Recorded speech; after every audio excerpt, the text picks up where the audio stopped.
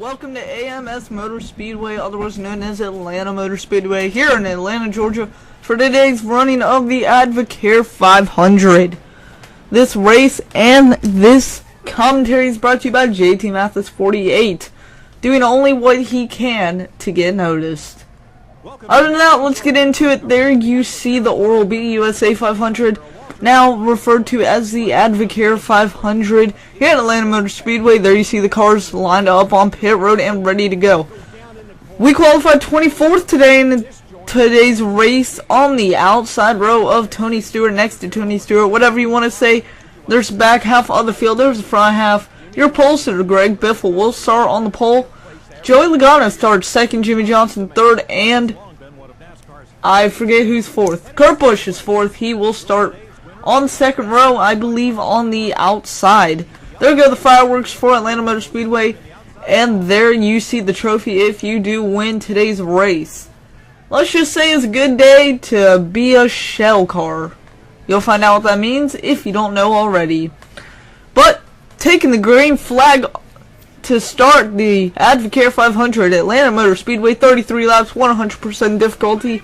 As always, in the green flag is out. Greg Biffle, Joey Logano leads the field down to the green flag, and we are already making moves going to the inside lane because Trevor Bain and that red car back there spun his tires. But we're making even more moves with Josh Wise, Brad Keselowski, and Kyle Larson. We already passed 2 of the 3. Can we get by Brad Keselowski going into the turn number 3 and 4 area for the first time today at Atlanta Motor Speedway? Let's see what we can do. We go to the bottom, we hit the apron a little, and Kyle Larson gets in front of us.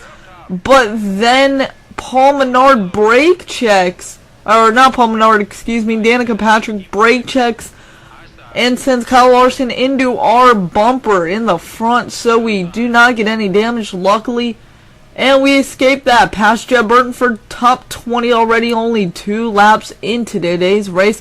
Joey Logano, your early leader, would stay like that. He would end up winning the race. No competition for him all day.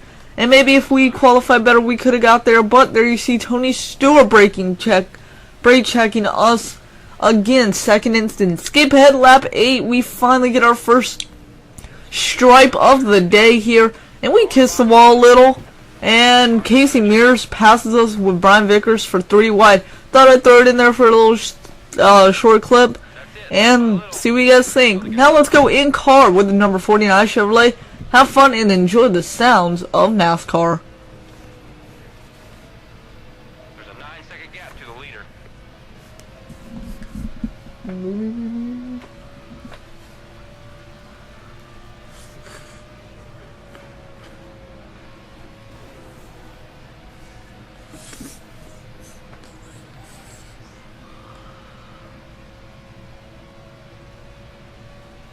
One back, coming low. Clear on the left.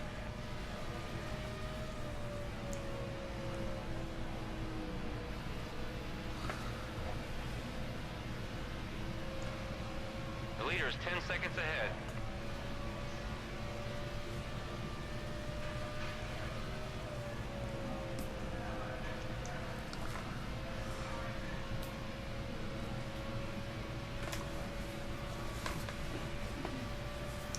Alright, that was the in-car cam from the number 49 Chevrolet, our car to watch today. Hope you enjoyed that little short clip of the engine sounds and the engine roars of NASCAR. Go lap 16, we work our way up to 11th spot. We pass Jimmy Johnson here going into turn 1, the favorite spot for us to pass cars today.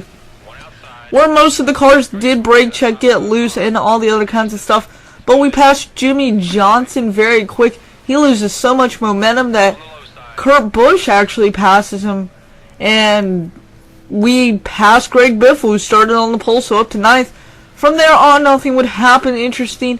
But go to lap 30. We have Ryan Blaney and company coming behind us. About 3 other cars.